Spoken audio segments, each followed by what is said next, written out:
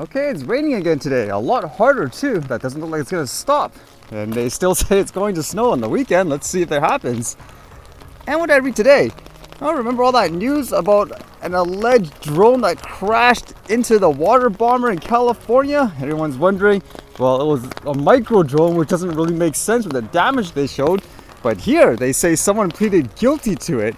This one says, man agrees to plead guilty for flying drone that damaged firefighting aircraft in LA wildfire.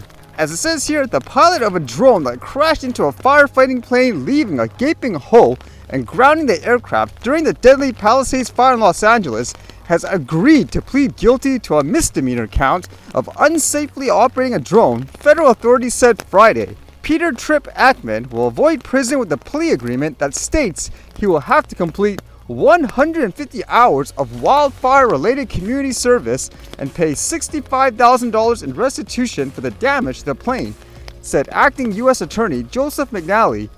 The misdemeanor count Ackman faced could have resulted in a year in prison. He's set to appear in court later Friday. Authorities say Ackman launched a drone from the top of a parking structure in Santa Monica on January 9th and flew it more than 1.5 miles towards the Palisades fire before losing sight of it. It then crashed with a super scooper that was carrying 2 firefighters. The planes can scoop 1,500 gallons of water in just seconds. Oh, so what would you think about that? Do you think that makes it more plausible that it was a quote micro drone that crashed into this thing? It says the wind-driven blaze in the upscale Pacific Palisades began January 7th, destroying or damaging nearly 8,000 homes. They do say too, drone operations were prohibited in the area at the time due to the firefight. The conflagration was fueled by dry Santa Ana winds and has scorched at least 36 square miles of land. It was 98% contained as of Friday. Federal authorities emphasized Friday it was the responsibility of the drone owners to know the rules, and there would be consequences for breaking them, especially as Los Angeles gears up to host several major events in coming years, including the World Cup, the Super Bowl, and the Olympics.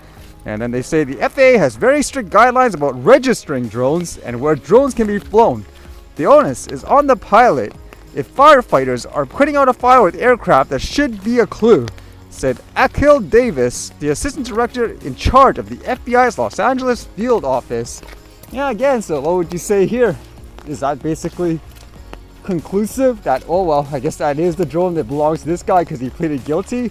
Or the other, I guess, perspective could be it's not actually him, he just said that because there's too much intimidation where he has to admit it. I mean, the only other thing I can think of, for example, was that Gatwick situation that a lot of people bring up where they arrested the wrong people, and I would imagine they were extremely pressured before to say just admit it or we'll do this, but they actually just kept going and eventually they even were proven to be innocent. So what would you say here? And with that, actually, in terms of people like the FAA, airspace safety and all that, well, how about this one where it's still going on with that news in regards to the helicopter crashing into an airplane in Washington, D.C., and you'd have to wonder from what you've seen so far, what the heck happened? Did someone not do their job in terms of communicating to the pilots from the tower? It looked like too, the helicopter just kept going in terms of just crashing into the airplane. And you can actually see there was more videos released, which makes it even more clear. I can't see how one could say, for example, that was quote miscommunication. When you're that close to another aircraft with all the lights and the sound and so forth, again, that just doesn't seem right.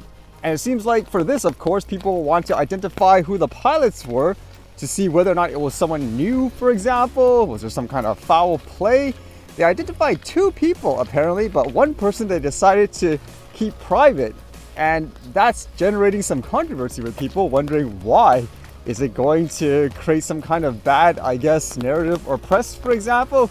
Apparently there was one person that was being targeted saying this was the actual pilot. It was like a transgender person, that's what they say.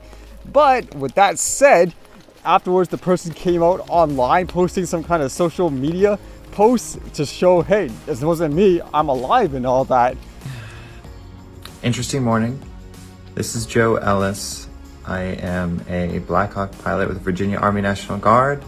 I understand some people have associated me with a the crash in DC, and that is false. It is insulting to the families to try to tie this to some sort of political agenda. They don't deserve that. I don't deserve this.